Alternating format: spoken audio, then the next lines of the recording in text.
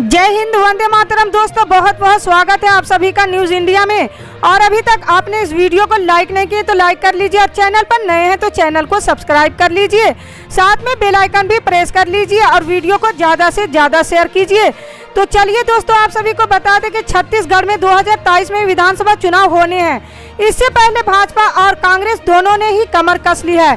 फिलहाल दोनों ही पार्टियां छत्तीसगढ़ की सत्ता की चाबी कहे जाने वाले बस्तर पर फोकस कर रही है। बस्तर में पिछले दिनों भाजपा के विचार मंथन के कांग्रेस ने भी जिलों की कार्य समिति के साथ चर्चा की थी। बीजेपी प्रदेश प्रभारी डी पुरंदेश्वरी लगातार बस्तर का दौरा कर जमीनी हकीकत की टोल लेती नजर आ रही है। डी पुरंदेश्वरी 7 मार्च को एक बार फिर बस्तर के दौरे पर रहेंगी। उनके इस प्रोग्राम पर कांग्रेस ने तंज भी कसा है। कांग्रेस संचार प्रमुख सुशील आनंद शुक्ला ने कहा कि भाजपा लाख सर पटक ले, कुछ नहीं होने वाले हैं। पिछले 15 सालों में बस्तर के साथ हुए अन्याय को लोग भूल नहीं सकते हैं। अब वो झांसे में नहीं आने वाले हैं। छत्तीसगढ़ विधानसभा चुनाव में बस्तर संभाग सत्ता की चाबी माना जाता है। इसकी वजह यह है कि बीते कई चुनाव में देखा गया है कि जिस पार्टी ने बस्तर में जीत हासिल की, राज्य में उसी पार्टी की सरकार सत्ता पर काबिज हुई है। अविभाजित मध्य प्रदेश में यहां कांग्रेस ने 11 सीटों पर जीत हासिल की थी। उसके बाद 2003 के चुनाव में यहां से भाजपा ने 8 सीटें हासिल कर प्रदेश में सरकार बनाई। उसके बाद 2008 में बीजेपी को यहां 11 सीटें मिली, लेकिन 2018 के चुनाव में यहां भाजपा का सुपड़ा साफ हो गया और पार्टी सत्ता से बाहर हो गई।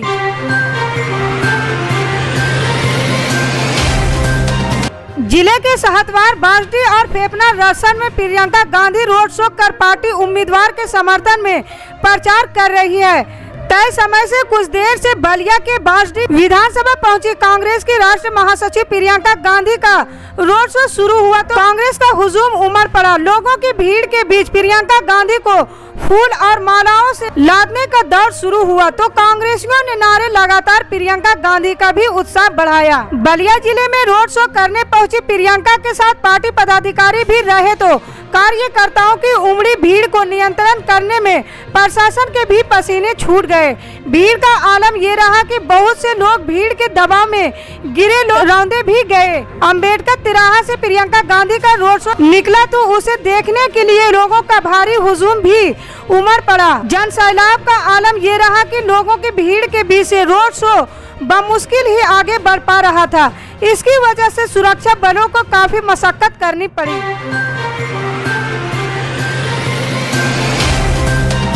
यूपी विधानसभा चुनाव के अंतिम 7वें चरण में जिले में सियासी घमासान का दौर जारी है।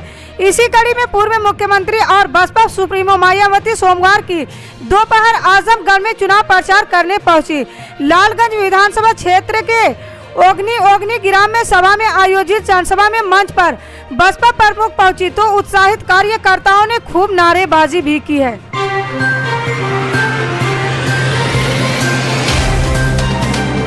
सुभाषपा नेता ओम प्रकाश राजभर सोमवार को आजमगढ़ पहुंचे तो उन्होंने सत्ता पक्ष पर खूब हमले किया। कहा कि भाजपा सरकार देश विरोधी है, लोकतंत्र बचाने के लिए हम सभी एक हुए हैं। जहानागंज सठिया मार्ग पर रामपुर में सोमवार को आयोजित समाजवादी पार्टी की जनसभा को सुभाषपा के राष्ट्रीय अध्यक्ष ओम प्रकाश राजभर ने संबोधित किया। उन्होंने अपने संबोधन के दौरान भाजपा पर सीधा निशाना साधा और कहा कि भारतीय जनता पार्टी देश विरोधी पार्टी है और उन्होंने जनहित में किए गए कार्यों का हवाला देकर देश को लूटने का काम किया है। आरोप लगाया कि प्रधानमंत्री कहा करते हैं, कसम हमें है धरती की देश नहीं बिकने दूंगा, लेकिन आज BSNL, बिजली विभाग, टेलीफोन विभाग, रेलवे सब कुछ बेच दिया है। धन्यवाद देना चाहूँगा किसानों को जिन्होंने संघर्ष के बल पर कृषि कानून व्यवस्था वापस करने पर मजबूर कर दिया है, अन्यथा आज देश के किसानों की धरती अदानी अंबानी के हाथों में बिक गई होती। उन्होंने कहा कि यदि आप लोगों के द्वारा जरा सा भी चूक हुई तो आगामी दिनों में इस देश का अस्तित्व और लोकतंत्र की अहमियत भी खत्म हो जाएगी। देश लोकतंत्र की रक्षा के लिए ही हम सभी समाजवादी पार्टी के साथ खड़े हैं। मुबारकपुर से यदि आपके समर्थन में अखिलेश यादव की जीत हो गई तो उत्तर प्रदेश में अखिलेश यादव मुख्यमंत्री बनेंगे।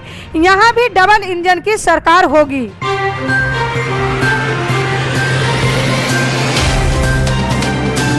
दिग्गज चुनावी रणनीतिकार प्रशांत किशोर ने तेलंगाना के मुख्यमंत्री के चंद्रशेखर राव से मुलाकात की है।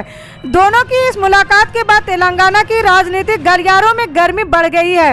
इससे पहले किशोर ने बिहार में नीतीश कुमार से भी मुलाकात की थी।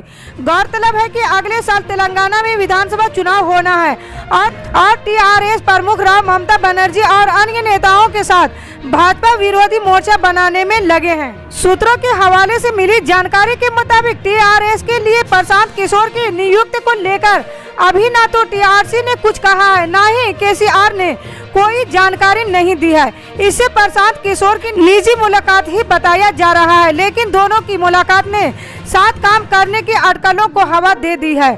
मुलाकात के दौरान दोनों के बीच भाजपा को हराने, उसके खिलाफ मोर्चा बनाने, विधानसभा चुनाव का दौर आदि विषयों पर चर्चा हुई है। भाजपा के खिलाफ तीसरा मोर्चा बनाए जाने की अफवाहों के बीच तेलंगाना राष्ट्र समिति के अध्यक्ष और तेलंगाना के सीएम के चंद्रशेखर राव ने पिछले दिनों महाराष्ट्र में उद्धव ठाकरे और शरद पवार से मुलाकात की थी। इससे पहले दिसंबर 2021 में उन्होंने तमिलनाडु के सीएम स्टालिन से भी मुलाकात की थी। वो ममता बनर्जी से भी मिलकर वार्ता कर चुके हैं।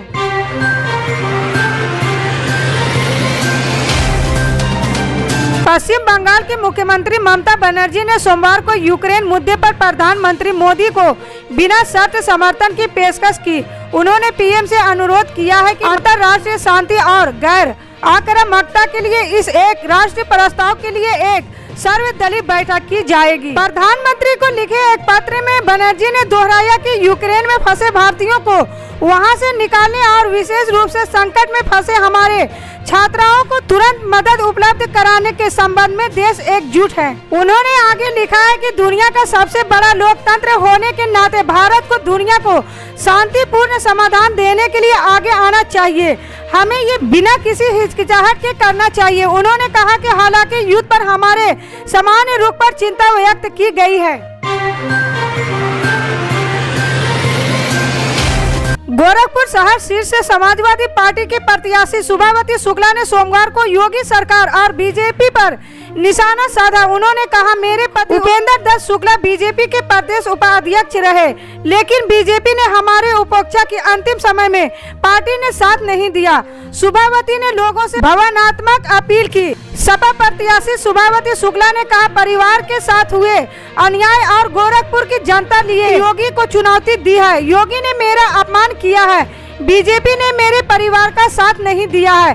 मदद के लिए दर दर भटके पर योगी ने कभी हाल नहीं पूछा। मेरा बेटा भी मां से लड़कर बचा पर योगी ने साथ नहीं दिया है। शुभावती के बेटे अरविंद शुक्ला ने कहा, गोरखपुर चुनाव सीएम योगी आदित्यनाथ हारेंगे। सीएम के घर में एक महिला से हारेंगे योगी। जनता योगी राज में बेहाल है। ब्राह्मण समेत तमाम जातियां योगी के खिलाफ है और सरकार से नाराजगी बनेगी हार की वजह। अखिलेश यादव ने एक मां की तरह मेरी मां का साथ दिया है, लेकिन योगी ने कभी कोई मदद नहीं की है।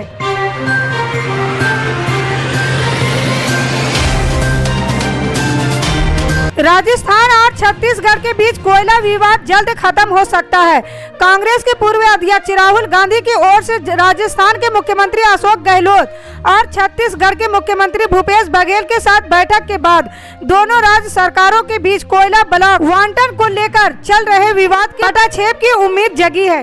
सूत्रों के अनुसार राहुल गांधी ने रविवार को यहां अपने आवास पर दोनों मंत्रियों के साथ बैठक की और मुद्दे के सौहार्द समाधान को लेकर बातचीत की। राजस्थान कोयला आपूर्ति के लिए छत्तीसगढ़ में परसा कोयला खदान का आवंटन चाहता है। हालांकि छत्तीसगढ़ ने इलाके के आदिवासियों के संदर्भ में कुछ चिंताएं जाहिर की है। सूत्रों ने बताया है कि राहुल गांधी और कांग्रेस महासचिव प्रियंका गांधी वाड्रा छत्तीसगढ़ की चिंताओं से अवगत है और पार्टी नेतृत्व अगले कुछ दिनों के भीतर इस मुद्दे का समाधान निकालने के लिए काम कर रहा है। गहलोत पहले ही कांग्रेस अध्यक्ष सोनिया गांधी को पत्र लिखकर आग्रह कर चुके हैं कि कोयला खदान की मंजूरी की प्रक्रिया तेज करने के लिए दखल दे। गहलोत ने कहा था कि छत्तीसगढ़ से कोयला नहीं मिलने की स्थिति में राजस्थान को गंभीर बिजली संकट का सामना करना पड़ सकता है और इसके चलते आगामी चुनाव में पार्टी का प्रदर्शन प्रभावित हो सकता है। इसी तरह की पल पल के अपडेट जानने के लिए जुड़े रहें हमारे न्यूज इंडिया के साथ। मिलते हैं अगली बड़ी खबर में, तब तक के लिए जय हिंद।